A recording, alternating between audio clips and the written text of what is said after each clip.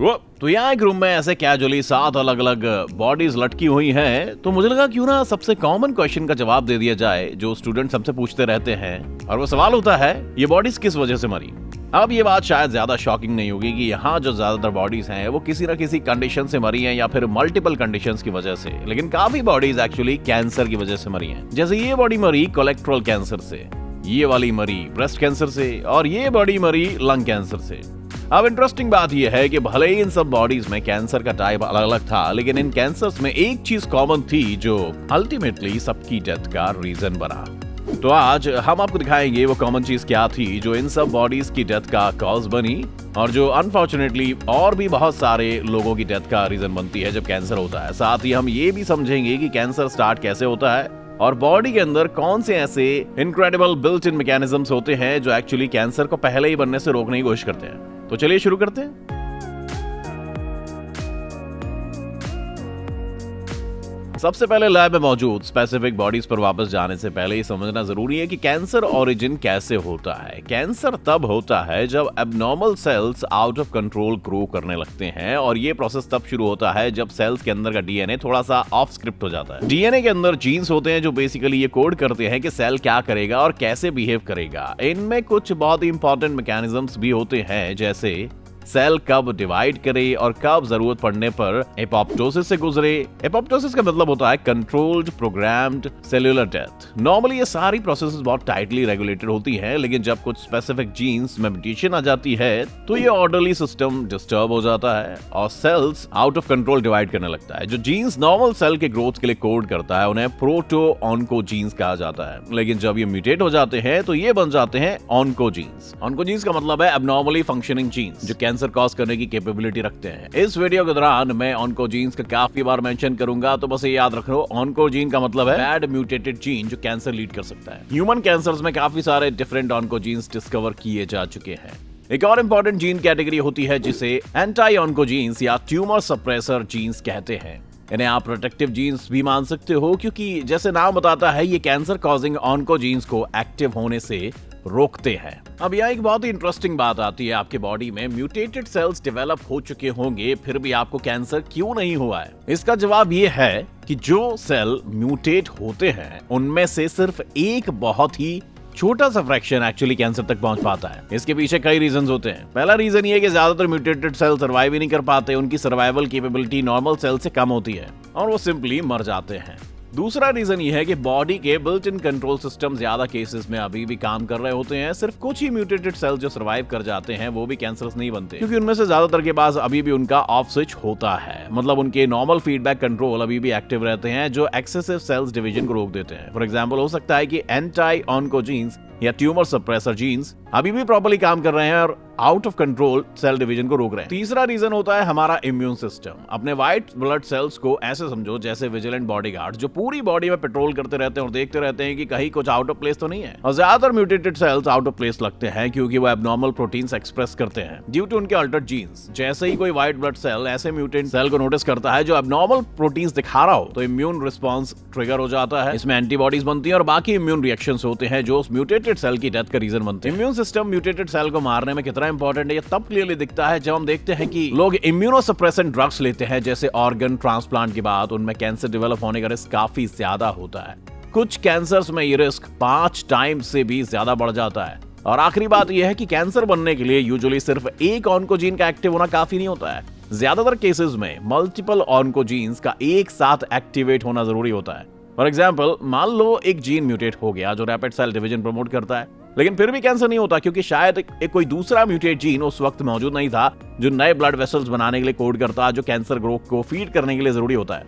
इसलिए आमतौर पर कैंसर तभी स्टार्ट होता है जब एक ही सेल के साथ मल्टीपल म्यूटेटेड जीन्स मौजूद हों। अब अगला सवाल जो आपके दिमाग में आ सकता है वो ये है कि म्यूटेटेड या ऑल्टर्ड जीन्स आते कहां से हैं।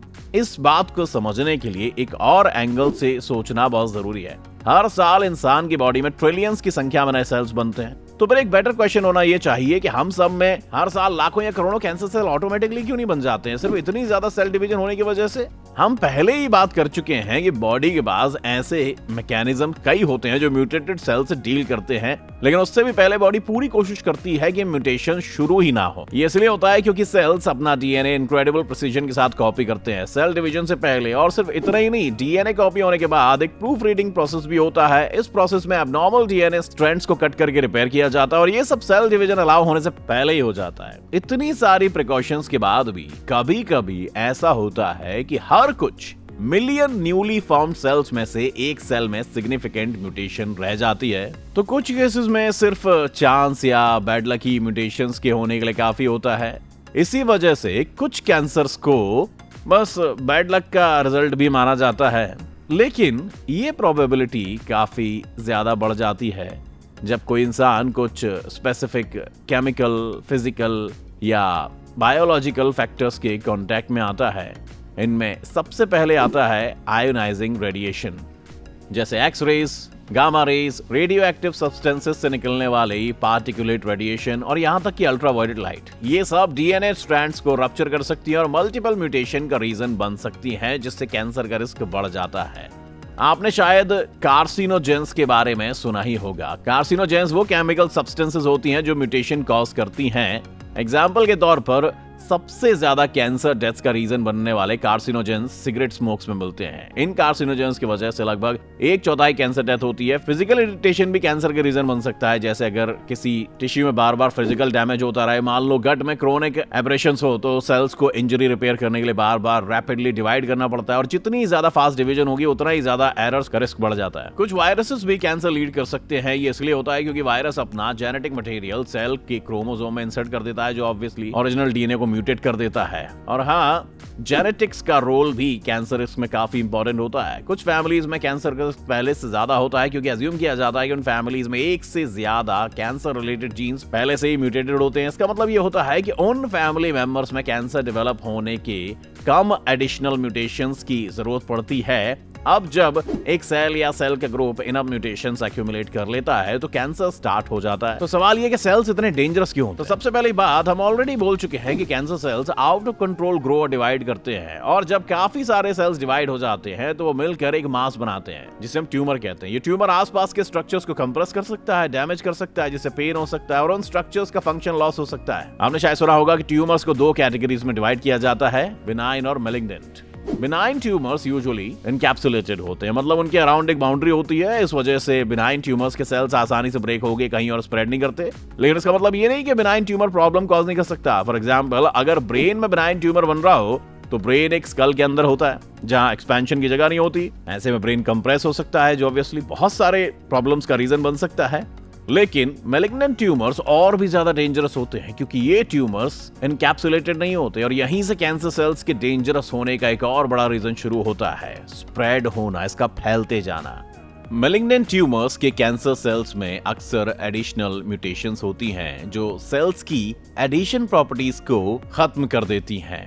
नॉर्मली हेल्दी सेल्स अपनी सराउंडिंग स्ट्रक्चर से अच्छी तरह चिपके रहते हैं, लेकिन कैंसर सेल्स ये प्रॉपर्ली लूज कर देते हैं, जिससे वो आसानी से ब्रेक हो जाते हैं और फिर ये सेल्स ब्लड स्ट्रीम या लिम्फेटिक सिस्टम में घुस जाते हैं। एक बार जब ये सिस्टम में आ गए तो ये वर्चुअली ह्यूमन बॉडी के किसी भी कोने में पहुंच सकते हैं और वहां ग्रो करना शुरू कर देते हैं। कैंसर का एक जगह से दूसरी जगह स्प्रेड होना मेटास्टेसिस कहलाता है, और जब कैंसर सेल्स नए साइट पर पहुंच जाते हैं तो कई कैंसर्स में ऐसे म्यूटेशंस होती हैं जो सेल्स को फोर्स करती है कि वो एंजियोजेनिक फैक्टर्स रिलीज करें। ये फैक्टर्स नए ब्लड वेसल्स ग्रो करवाते हैं जो कैंसर सेल्स को न्यूट्रिएंट सप्लाई करती हैं। अब वापस आते हैं उन बॉडीज पर जो हमारी लैब में है। ये बॉडी एक्चुअली कोलोरेक्टल कैंसर से मरी जो कोलन और रेक्टम में था। इसकी बॉडी की डेथ तब हुई जब कैंसर सेल्स कोलन और रेक्टम से निकलकर लीवर जैसे एक ज्यादा वाइटल ऑर्गन तक पहुंच गए।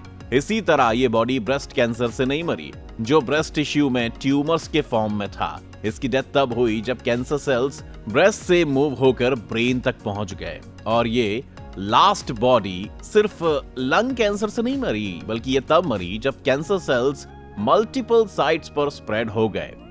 तो यही है वो कॉमनैलिटी जिसकी बात मैं शुरू में कर रहा था। ज्यादातर कैंसर्स में डेथ का रीजन सिर्फ कैंसर होना नहीं था, बल्कि कैंसर का स्प्रेड होना होता है। बहुत कम कैंसर ऐसे होते हैं जो बिना स्प्रेड हुए ही डेथ कॉज कर देते हैं, जैसे ब्रेन कैंसर या प्राइमरी लिवर कैंसर। लेकिन मेजॉरिटी केसेस में कैंसर डेथ का मेन रीजन होता है मेटासाइसिस या कैंसर का सेकेंडरी साइट या ऑर्गन तक पहुंच जाना, जो सर्वाइवल के लिए बहुत ज्यादा वाइटल होता है। इन बॉडीज में से हर एक पोटेंशियली सर्वाइव कर सकती थी अगर कैंसर स्प्रेड होने से पहले पकड़ में आ जाता। हम डाइजेस्टिव ट्रैक्ट के सेगमेंट्स रिमूव कर सकते हैं, मैस्टेक्टोमी परफॉर्म कर सकते हैं और यहाँ तक कि लंग्स के कुछ पार्ट्स भी रिमूव किए जा सकते हैं। इसी वजह से एनुअल फिजिकल चेकअप्स और recommended cancer screening guidelines follow करना इतना ज्यादा इंपॉर्टेंट होता है, क्योंकि जितना जल्दी कैंसर डिटेक्ट हो जाए उतना ही ज्यादा सर्वाइवल का चांस होता है। अब एक लास्ट कैरेक्टरिस्टिक कैंसर सेल्स का मैं मेंशन करना चाहता हूं, जो उनके डैमेजिंग इफेक्ट्स का भी रीजन है और जो एक ट्रीटमेंट का टारगेट भी बनती है। कैंसर सेल्स को ऐसे समझो जैसे पार्टी के ग्रीडी लिटिल हॉक्स। ये सेल्स बहुत ज्यादा मेटाबॉलिकली एक्टिव होते हैं क्योंकि ये कॉन्स्टेंटली डिवाइड कर रहे होते हैं, इसलिए हेल्दी सेल्स के साथ न्यूट्रिएंट्स के लिए compete करते हैं और अक्सर जीत भी जाते हैं। इसका रिजल्ट ये होता है कि नॉर्मली हेल्दी सेल्स न्यूट्रिएंट्स की कमी की वजह से धीरे धीरे मरने लगते हैं, क्योंकि कैंसर सेल्स सब न्यूट्रिएंट्स हॉग कर लेते हैं। यही एक रीजन है कि कीमोथेरेपी काम करती है। Chemotherapy drugs fast dividing metabolically active cells को टारगेट करती है। आइडिया ये होता है कि कैंसर सेल्स ज्यादा ड्रग्स एब्जॉर्ब करेंगे और मर जाएंगे, और हाँ, कीमो कैंसर सेल्स को मारने में काफी इफेक्टिव भी होती है। लेकिन प्रॉब्लम यह है कि ये ड्रग्स कुछ हेल्दी सेल्स को भी मार देती है जो नेचुरली फास्ट डिवाइड करते हैं, जैसे कि स्किन सेल्स, हेयर सेल्स और डाइजेस्टिव ट्रैक्ट की लाइनिंग के सेल्स। इसी वजह से कीमोथेरेपी के काफी सारे साइड इफेक्ट्स भी होते हैं और जो लोग कीमो से गुजरे होते हैं वो बता सकते हैं कि ट्रीटमेंट कितना मुश्किल होता है। यही कैंसर ट्रीटमेंट का सबसे बड़ा कॉन्ड्रम है। Cancer cells normal sales different होते हुए भी उनसे काफी हद तक सिमिलर भी हो जाते हैं। तो फिर सवाल ये उठता है कि इतने सारे कैंसर्स और इतनी सारी पॉसिबल म्यूटेशंस के बीच आप ऐसी ड्रग कैसे डिजाइन करोगे जो सिर्फ कैंसर सेल को ही टारगेट करे और हेल्दी सेल को बिल्कुल स्पेयर छोड़ दे? अब ये सवाल बहुत ही पेचीदा है। मैं तो यहां तक कहूंगा कि ये है $1 बिलियन क्वेश्चन, और उम्मीद है कि कंटिन्यूड रिसर्च के साथ हम इसका जवाब कभी ना कभी ढूंढ ही लेंगे। आप सबका देखने और सपोर्ट करने के लिए शुक्रिया। अगर मन करे तो लाइक और सब्सक्राइब बटन दबाइए, कमेंट में अपना फीडबैक दीजिए। हम मिलेंगे आपसे अगले वीडियो में।